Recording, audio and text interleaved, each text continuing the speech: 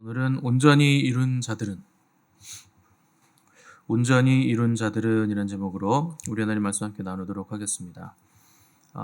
하나님이 인간을 만드실 때 흙으로 만드신 두 존재가 있는데, 하나는 동물이고 하나는 사람입니다. 그 사람과 동물 둘 다 흙으로 지었는데, 흙이라는 건 땅을 얘기하죠. 땅의 존재라는 뜻인데, 특별히 사람만은 하나님께서 하나님의 형상으로 지으셨고 또 하나님의 생기를 불어 넣으셨다는 것이 다른 거죠. 그 말은 사람은 인격적인 존재로 지으셨다는 겁니다. 그래서 사람에게는 지정의가 있고, 그 지정이라는 거는 인간만의 독특성이 아니고 하나님을 닮았다는 거예요. 그러니까 하나님도 지정의가 있으시고 인간도 하나님의 형상이기 때문에 지정의가 있다는 거죠. 왜 하나님의 형상을 가진 인격적인 존재로 지으셨는가? 사람은 하나님의 사랑에 응답하고 반응하는 사랑의 대상, 그리고 사랑의 존재로 지었다는 겁니다. 그래서 사람은 하나님과 사랑할 수 있는 존재이기 때문에 사랑이라는 건 동등한 겁니다. 사랑은 이렇게 여러분들이 결혼하시면 나이가 아무리 차이가 많이 나도 똑같아지잖아요. 사랑하면 누가 나이가 많네 적네 이런 거 따지지 않죠. 반말해도 상관없고 대들어도 상관없잖아요. 나이가 많은데 감히 네가 나한테 대들어? 이러는 건 말이 안 되는 겁니다. 사랑 안에선 그런 게 없다는 거죠. 그러니까 사랑은 원래 대등한 존재, 수평적인 관계, 그 안으로 들어가는 거죠. 이 사랑에는 뭐가 절대적인 조건이 되어야 되냐면 자유가 절대적인 조건이 되어야 됩니다. 그래서 우리가 하나님의 사랑의 상대로 지음받았다는 건 자유로운 존재로 지음받았다는 뜻이에요.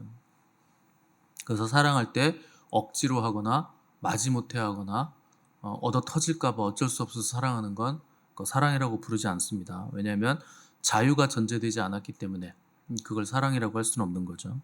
그래서 자유라는 건 인간 영혼의 본질이고 자기 선택의 능력인 동시에 반드시 뒤따르는 것이 있는데, 자유에는 반드시 책임이 뒤따릅니다. 그래서 인간은 책임적인 존재예요. 자기가 선택한 자유로 인해서 책임도 본인이 다져야 됩니다. 그래서 그 주어진 자유로 무언가를 선택해 나가면서 그 결과를 책임짐으로써 만들어지는 존재, 그리고 성장해 나가는 존재가 사람이라는 거죠. 그래서 여러분들이 잘못된 선택을 하면 그 잘못된 선택에 대한 책임 때문에 괴로운 거예요. 그래서 하나님 앞에서 잘못된 선택을 했을 때 죄를 지었다거나 하지 말아야 될 일을 했다거나 그럼 여러분 금방 괴로워집니다. 그 괴로움 때문에 내가 하나님 믿는 게 너무 힘들다 생각하시는 분들 많은데, 여러분 괴로우셔야 됩니다. 인간은 괴롭지 않으면 올바른 방향으로 나가지 않아요.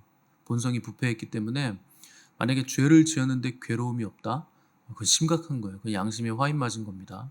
여러분들이 하나님 앞에서 죄를 짓고 잘못하면 하나님 뵐 면목이 없고 낯이 없고 얼굴이 화끈화끈거리고 내가 어쩌다 이런 잘못을 했을까? 그 동일한 잘못을 계속 반복할 때마다 내가 또 이것을 잘못했구나, 또 넘어졌구나. 그러니까 이게 이제 부끄럽고 마음이 어려워지는 이유는 그게 우리를 만들어가기 때문입니다. 그러니까 여러분 죄짓고 회개하고 반복하는 것들을 계속 하셔야 됩니다. 그래야 우리가 하나님 앞으로 점점 방향성을 틀 수 있는 거예요. 그렇지 않으면 우리는 분명히 하나님을 떠나서 세상으로 나갈 수밖에 없는 타락한 본성을 가지고 있다는 거죠. 그래서 하나님은 원래 피조물들이 창조주에게 의존할 수밖에 없는 존재를 지으신 거예요. 근데 하나님은 인간은 이것마저도 본인이 선택할 수 있도록 기회를 열어두신 거죠. 그게 무슨 말이냐? 인간에게는 하나님이 줄 수 있는 걸 다 줬다는 뜻입니다.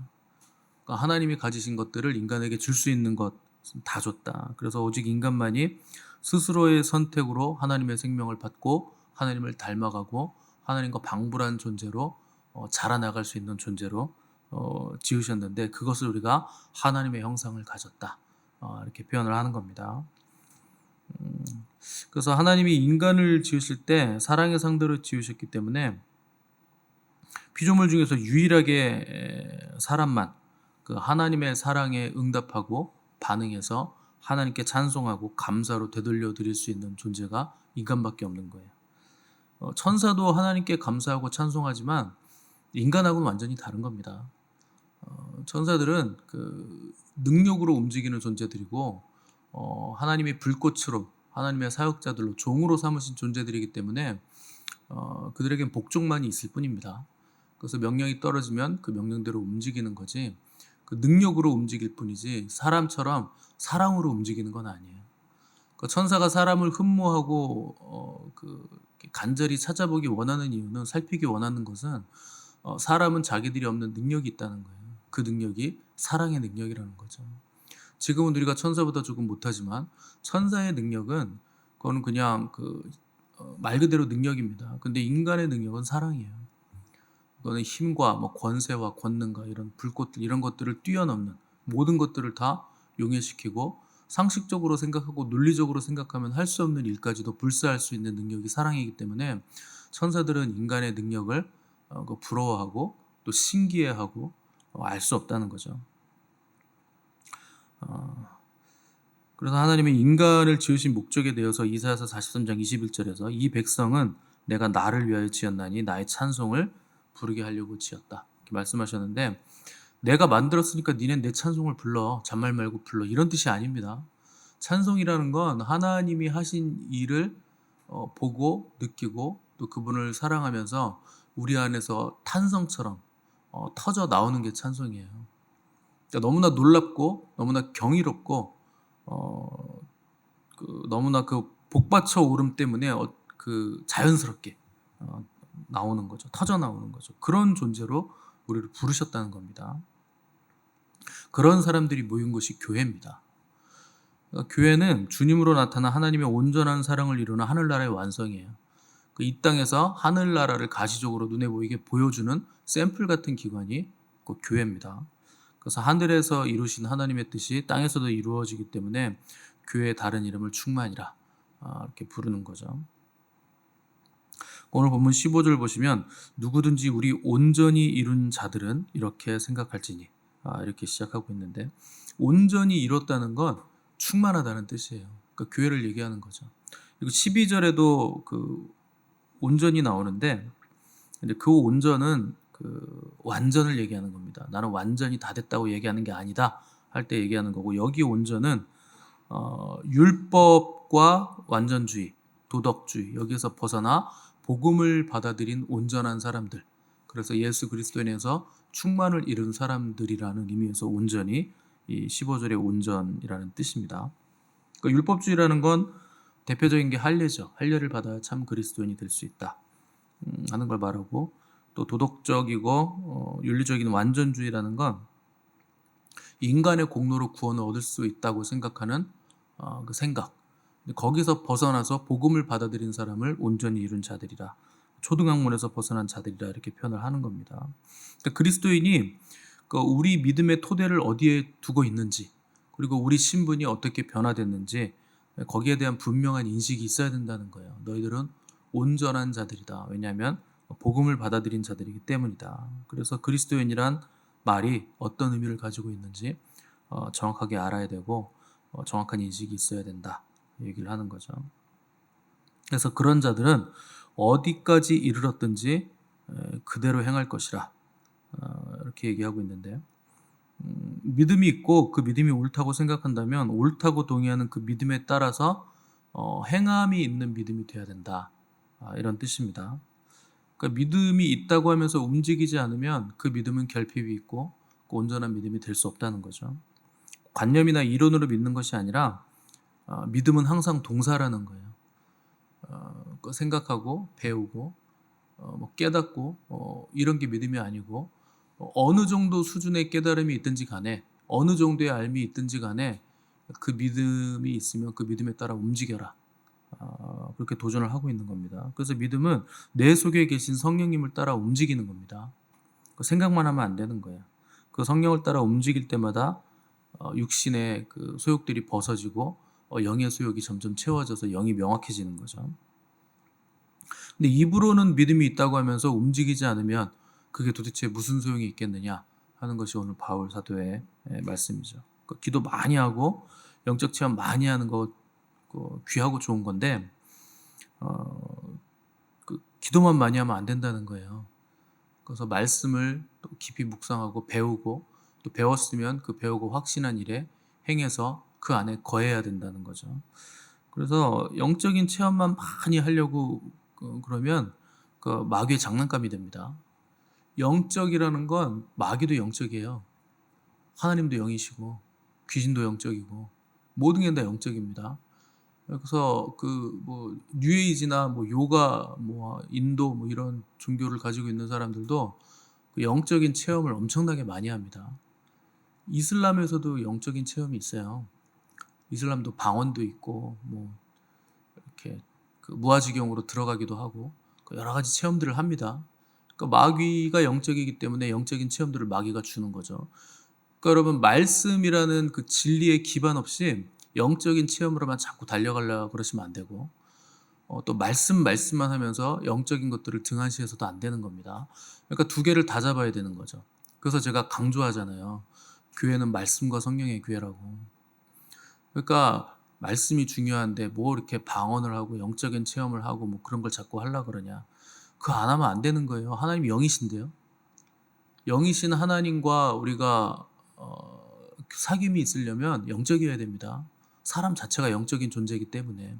그런데 그 영적인 능력을 가지려면 성령의 충만함이 있어야 돼요. 다른 영이면 안 되고 하나님의 영이신 성령님으로만 우리가 영적인 체험을 해야 됩니다.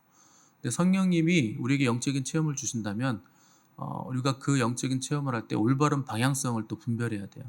그래서 그 방향성을 뭘로 우리가 분별하느냐? 하나님의 말씀으로 우리가 방향성을 가지는 거죠. 그래서 흔히들 그 말씀은 그 방향, 핸들을 이라고 표현을 하는 것이고 또 성령님은 그 페달을 밟는 힘, 능력이라는 거죠. 그 올바른 방향성으로 가는 힘과 능력을 우리에게 주신다. 이렇게 표현을 하는 겁니다.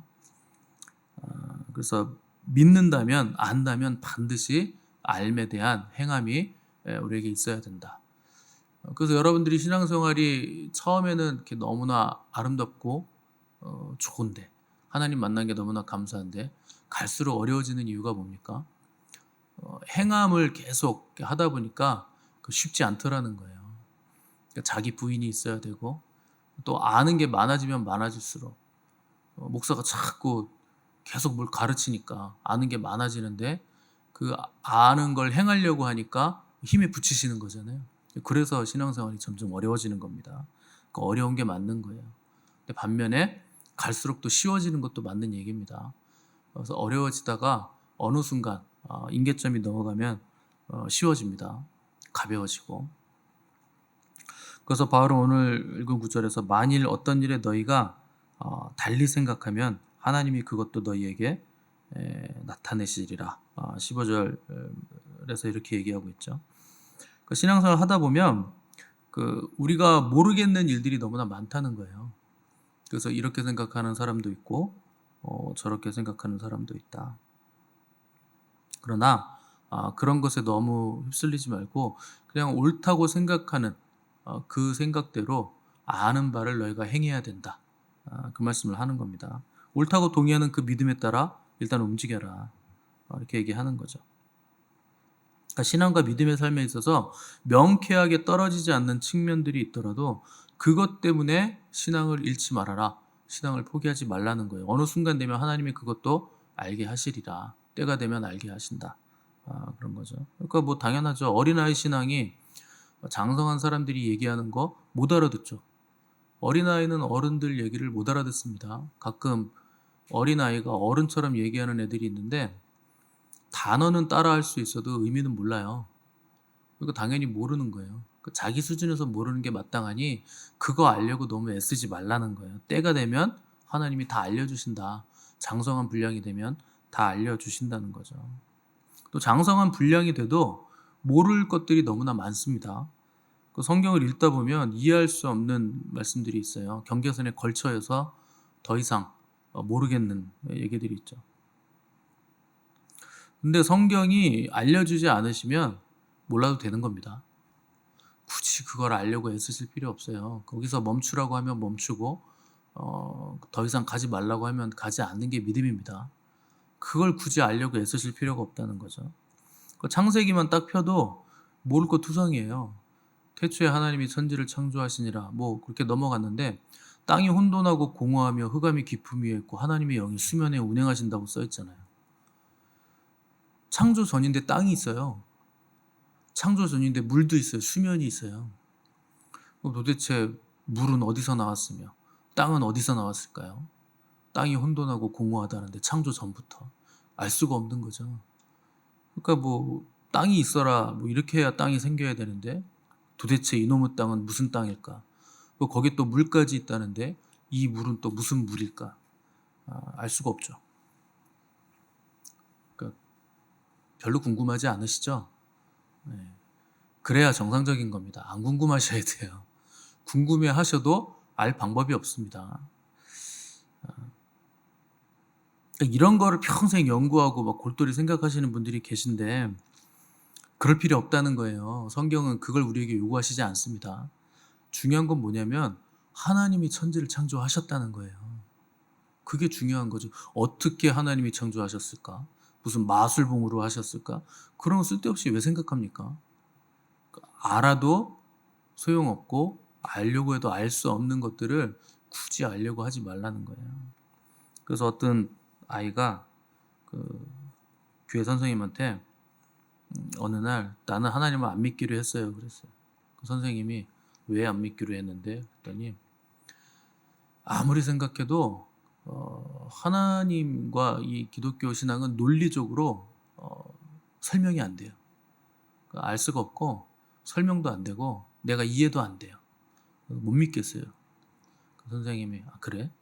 그럼 너는 네가 논리적으로 설명을 다 하고 이해할 수 있으면 그럼 믿을래? 그랬더니 그러면 믿겠대요 자기가.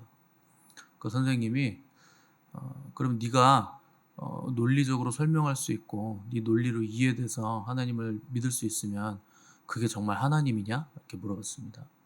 그런 하나님을 믿을 수 있겠냐는 거예요. 그러니까 여러분의 생각으로 다 이해가 되면 그게 신입니까? 우리의 논리와 이성으로 다 설명이 가능하면 그게 하나님일까요? 그런 하나님을 믿어서 여러분들이 안전함을 느낄 수 있을까요? 나랑 똑같은데요? 내가 다 이해할 수 있는데요? 그건 사람이죠. 근데 우리는 사람도 이해를 못합니다. 한길 사람 속도 이해 못하는데 내가 논리적으로 하나님을 이해하면 믿겠다? 그건 이미 하나님이 아닌 거죠. 또 그런 하나님을 믿어서 뭐 어디다 씁니까? 아무 소용 없는 거예요, 그거는. 그래서 연구한다고 해도 알 수 없고 알아봐야 그게 맞는다는 보장도 없기 때문에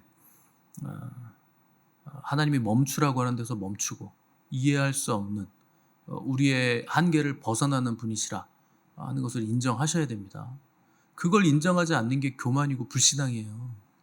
교회 다니면서도 에휴 말도 안 돼 이런 생각을 하시는 분들이 계신데 그건 뭐 방법이 없습니다. 자기가 교만한 걸 뭐 어떻게 합니까? 자기가 하나님 되려고 하는 건데 어떻게 말려요? 어떻게 할 수가 없는 거죠. 그렇게 끊임없이 지적인 걸 추구하고 연구하고 몰라도 될 것을 탐구하고 추적해서 발달한 게 과학이에요. 옛날에는 번개가 치면 아유 천벌을 받았네 그랬는데 요새는 그렇게 얘기 안 합니다. 번개가 치면 저기에 피뢰침이 있거나 뭐 건물 높은 게 있구나 그렇게 얘기하는 거예요. 과학이라는 거죠. 여러분 생각해보세요. 과학이라는 건 보이는 것만 탐구하는 거예요. 보이지 않는 게 그건 탐구 못하죠. 인간의 감정, 사랑 이런 것도 과학은 증명을 못해요. 아이들한테 질문을 했는데 너 이거 할 거야 저거 할 거야 그랬는데 몰라. 이 몰라도 과학은 증명을 못 해냅니다. 이거 할 거야 저거 할 거야 물었는데 답은 몰라예요. 기분이 나쁘다는 거죠. 안 한다는 거죠. 나 짜증났다는 거예요. 과학으로 그걸 어떻게 증명합니까? 왜 몰라가 나왔을까요? 알 수 없어요. 무슨 감정인지 지금 얘가 무슨 상황인지 알 수 없다는 거죠. 그러니까 과학과 함께 발달한 게 또 사상인데 사상이라는 건 가짜예요. 헛된 망상이에요. 그래서 여러분 그 가짜 가지고 여러분들 박터지게 싸우는 겁니다. 좌가 어떻네 우가 어떻네 다 소용없어요. 여러분 다 속는 거예요. 좌우에 매몰되지 마시고 여러분 위로 가셔야 돼요. 위로. 좌우 소용없습니다. 뭐 너는 좌냐 너는 우냐 우리 목사님은 분명히 우다. 저는 위라니까요. 자꾸 우라 그러지 마세요. 망상이에요. 그 사상 뭐 이념 그거 가지고 여러분들 박터지게 싸우게 만드는 게 마귀의 작전입니다. 교회 안에서도 맨날 그거 가지고 싸워요. 저 사람은 좌야, 나는 우인데. 맨날 그렇게 하는 거죠. 그건 마귀 노름이죠. 그래서 현대는 지식 공예 시대고 사상 오염 시대고 가짜 지식인이 난무합니다. 가짜 지성인이 난무하죠. 진짜 지성은 하나님을 만나요. 그럴 수밖에 없습니다. 지성이라는 건 뭐냐면, 과학이라는 건 뭐냐면 하나님을 탐구하는 겁니다. 하나님이 만드신 세상을 탐구하는 거고, 그 선량하고 올바른 지성과 과학은 올바른 방향성을 가지고 가기 때문에 결국 끝에 가면 뭘 만나느냐? 하나님을 만나요. 하나님 살아계시구나. 그러니까 과학자들 중에 하나님 믿는 사람 굉장히 많습니다. 왜 그러냐? 모르겠다는 거예요. 이건 신의 영역 아니면 이해할 수가 없다. 설명이 안 된다. 그러니까 신이 계시다. 결국 이 결과로 가는 거죠. 오늘날 자칭 지성인들이라는 사람은 양심이 없어요. 이렇게 말해놓고 손바닥 뒤집듯이 다 뒤집습니다. 언제 자기가 그랬니? 원래 내 말은 그런 의미였다고 그러고 끝까지 거짓말을 하고 다 수시로 바꾸죠. 그게 무슨 지성인입니까? 환경과 욕구가 달라지면 손바닥 뒤집듯이 자기 의견을 뒤집는다. 그건 지성인이 아니에요. 사기꾼이에요. 기회주의자고. 자기 말로 사람들을 자기 추종자로 만들고 사람들 조종해서 자기 이득을 보려고 하는 거죠. 다 사기꾼입니다. 하나님의 말씀은 시대가 가도 변하지 않아요. 절대적이에요. 영원해요. 변함없어요. 타협 없어요. 그러니까 하나님 말씀만 그런 거예요. 그러니까 여러분, 가장 전문가가 누굽니까? 하나님 말씀 전하는 사람이에요. 그 사람이 가장 지성인이고 지혜로운 사람인 거죠. 어쨌거나 변하지 않는 말씀을 전하니까 그게 제일 지혜로운 거죠. 근데 전제가 있죠. 반드시 성령님의 영감과 임재 안에서 말씀을 전해야 됩니다. 공부만 하면, 성경 말씀을 공부만 하면 그건 지적인 유희만 충족시키는 거예요. 야, 오늘도 모르는 거 알았다. 양육반 하면, 야, 목사님이 또 모르는 거 알려주셨다. 이런 거 있는지 몰랐다. 또 알았다. 그런 건 소용없어요. 물론 거기서 졸고 앉아있는 사람보단 낫겠죠. 근데 지식적으로만 아는 건 소용없습니다. 성령님의 인도를 받아야 돼요. 그래서 구원받은 하나님 백성들이라도 지정인은 여전히 변화를 받아야 되는 상태이기 때문에 그 말씀을 통해서 그 변화를 받아야 됩니다. 그래서 말씀이라는 건 우리의 그 의식의 변화를 가져오는 거예요. 그리고 성령님의 임재로 그 알게 된 말씀을 통해서 영이 변화를 받는 거죠.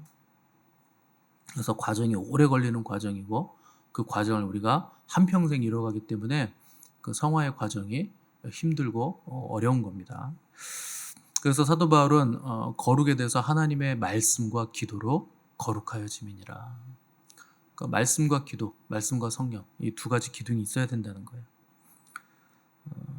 그래서 기도를 아무리 열심히 해도 말씀을 모르면 방향성이 엉뚱해지기 때문에 엉뚱한 얘기 자꾸 하는 겁니다. 헛된 기도를 하게 되고. 그래서 순종하지 않으면 말씀을 많이 알아도 소용이 없다. 여러분 이거 항상 기억하셔야 됩니다.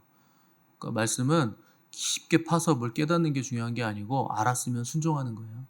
순종하지 않으면 소용없는 거예요.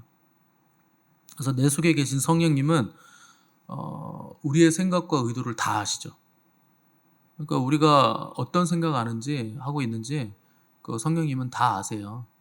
그래서 그것 때문에 성령님이 슬퍼하시기도 하고 기뻐하시기도 하는 거죠. 또 죄를 범하면 성령님이 슬퍼하시기 때문에 우리 기분도 어두워지고 답답해지는 거예요. 그게 크리스찬이라는 증거입니다. 여러분들이 죄를 지었을 때 기분의 변화가 없으면 그거는 불신자예요. 성령님이 안 계신 거예요.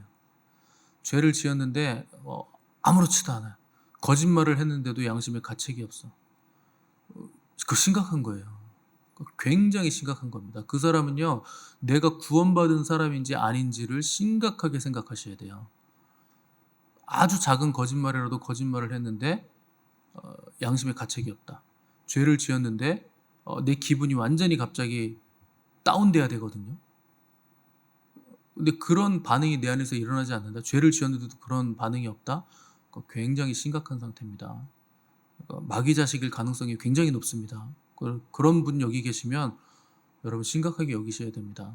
죄를 지면 우리 안에 계신 성령님이 슬퍼하세요. 그러면은 나도 같이 슬퍼집니다.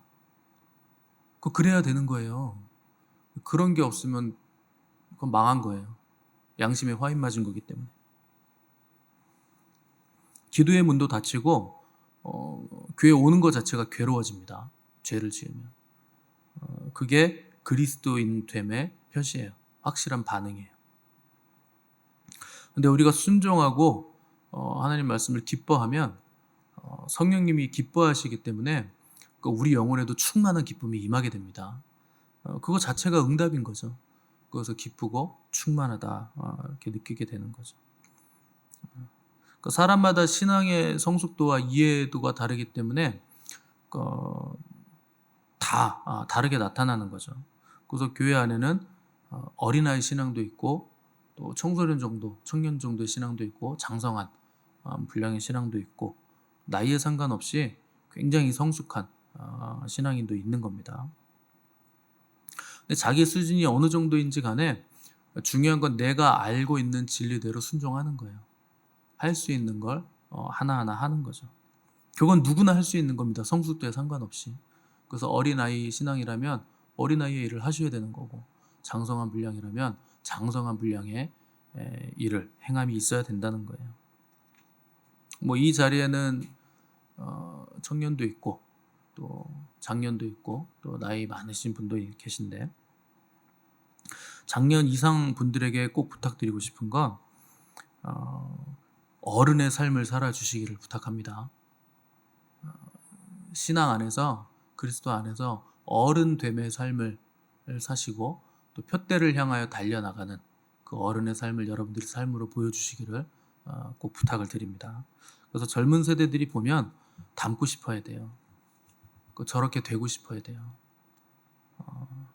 그래서 세대를 이어서 신앙이 이렇게 전수되는 아름다운 공동체가 돼야 되는 겁니다.